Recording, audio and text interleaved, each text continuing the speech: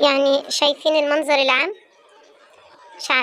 مش عارفة أشرب إيه أكتر من قهوة علشان أفوق من اللي أنا فيه. باحاول أقاوم الكسل الرهيب. أنا طول النهار أنا اتغدينا وزي ما شايفين الشكل اللي الأوضة دي كأن في عفريت قاعد لي على باب الأوضة. كل أما أجي أدخل الأوضة يقول لي اخرجي تاني يا أميرة.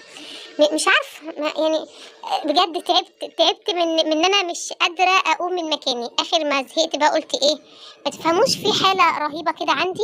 كل شوية أقوم إيه يا أميرة، قومي شوفي يا أميرة نضفي الغرفة دي وظبطي الدنيا، أقوم راجعة تاني قاعدة، قومي يا أميرة أقوم قاعدة. ما بعملش أي حاجة مفيدة. عارفين اللي هو طول النهار أنا قاعدة بالطريقة دي، يا دوبك بقوم أعمل الأكل وخلاص. بس قلت لنفسي طب خلاص، طب نعمل القهوة دي تحاول تخلينا نفوق. مش فاهمة أعمل إيه.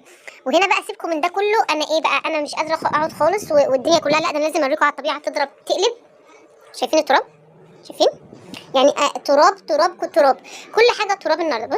بصوا التراب، عشان اليومين اللي فاتوا كان كله تراب. بصوا التراب. شايفين المنظر الترابيزه، شايفين اللي على الترابيزه والبلكونه، شايفين البلكونه. الاوضه تضرب تقلب من كل ناحيه. احنا ما عملناش حاجه، ده اليومين اللي فاتوا كان تراب بس. الملايكه اللي عندي بقى بيقولوا لي ايه، احنا ما عملناش حاجه خالص. ده سيبكم من كل ده، كنا مش قادره اعمل حاجه خالص. يعني سلمى بنتي بقى، طب انت فين يا سلمى في الليله الكبيره دي اللي انا قاعده فيها، انا مش قادره اتحرك؟ بتعملي ايه يا سلمى؟ تعالي بقى شوف سلمى بتعمل ايه. لا والله لازم توريهم، تعالي وريهم. بصوا سلمى بنتي، مش فاهمه. بصوا بنتي بقى لها ساعتين.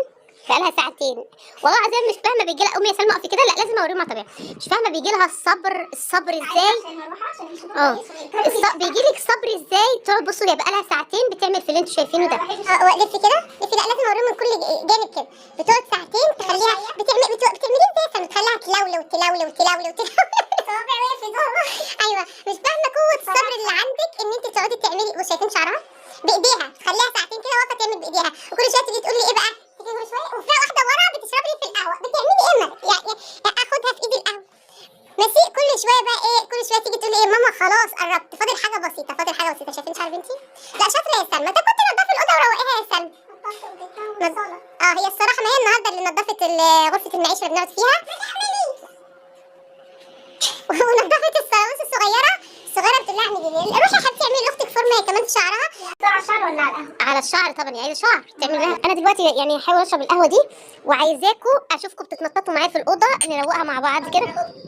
تنططي يا لا وريهم تنططي كده اهي. سلمى بتتنطط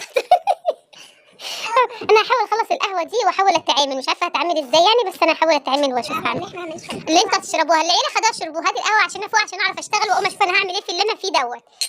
وطبعا اتصرفت انا امي، بصوا انا امي وقت الجد جد يعني ما ينفعش ده، يعني عملت العين الحمراء على طول. قلت لها سلمى قومي على طول، قالت لي نعم يا ماما. قلت لها قومي حمري لنا طبق بطاطس وهات لنا المايونيز والكاتشب، عشان كان نفسي في بطاطس بالمايونيز والكاتشب وكان طعمه حلو جدا على فكره. فكره ان انت تاكلي البطاطس بالمايونيز دي تبقى حلوه، او جربوها وهي تعجبكم.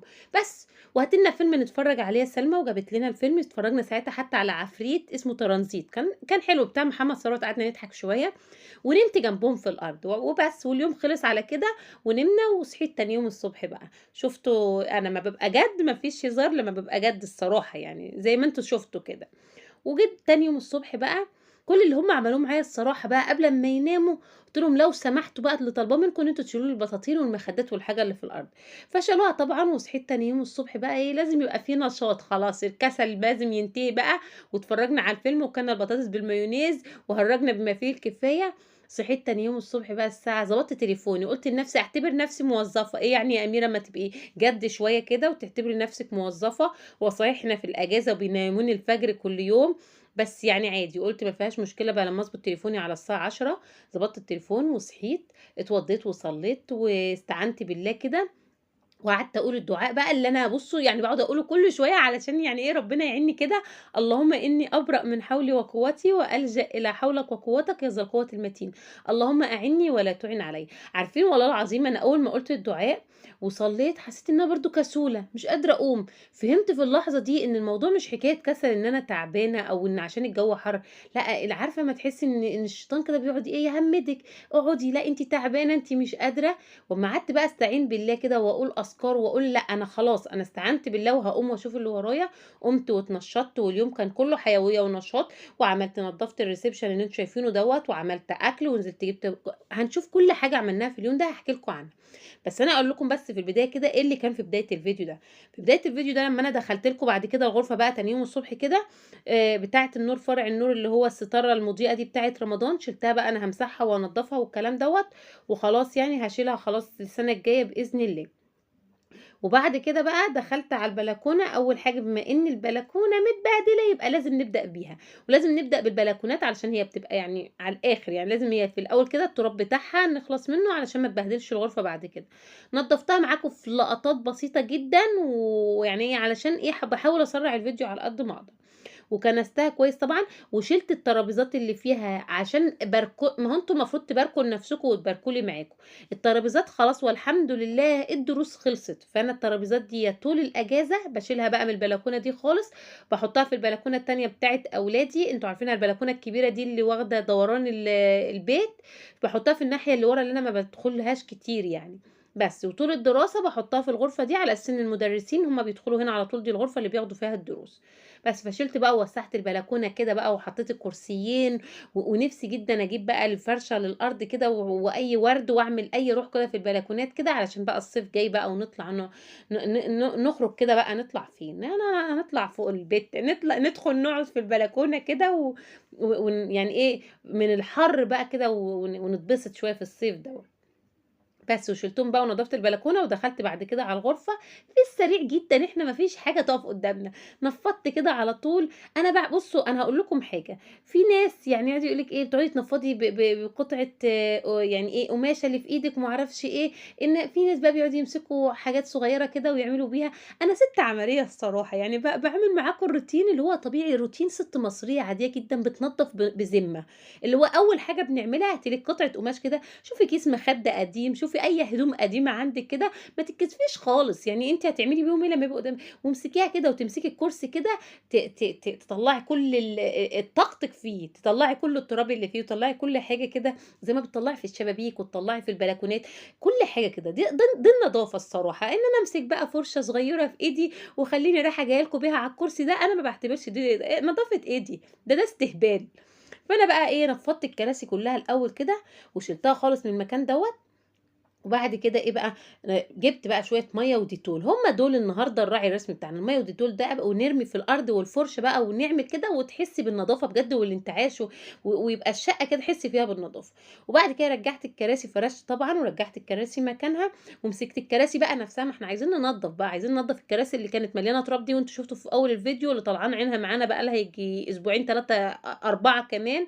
مسكت الكراسي بملمع الخشب، والكراسي نفسها جبت قطعه قماش قديمه عندي كده مش بعمل حاجه، بليتها ميه، وقمت بقى ماشيه على الكراسي نفسها كده علشان الاتربه اللي لازقه فيها، عيالي حاطين ايديهم اي حاجه يبقى هي كمان نظيفه.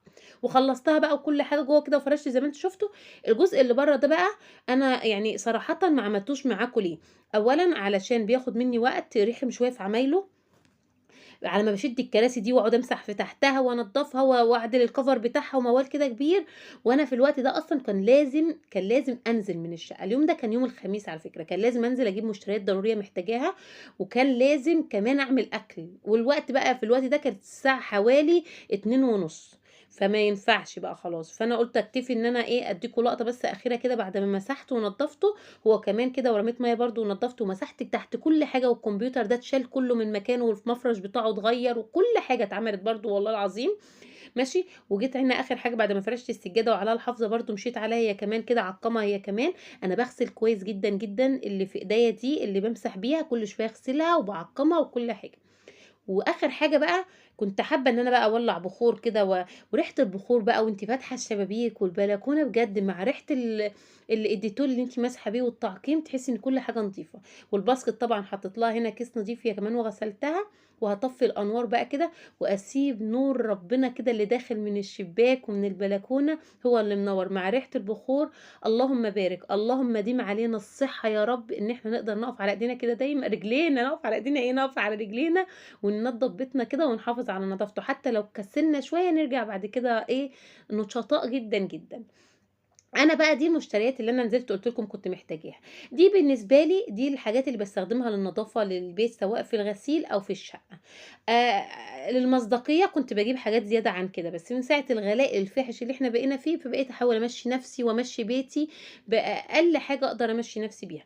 حتى الشامبو ده كان فاضل لي 4 جنيه فلوس يعني، فجبتهم على أساس إن أنا إيه، أقفّل الحساب للراجل. جبت المناديل الفاميليا دي، والديتول ده هو اللي باستخدمه في كل حاجة في الشقة، بامسح وباعقّم بيه في التويلت وفي الشقة وفي كل حاجة، والأوكسي اللي باستخدمه، والكلور والصابون دوّة.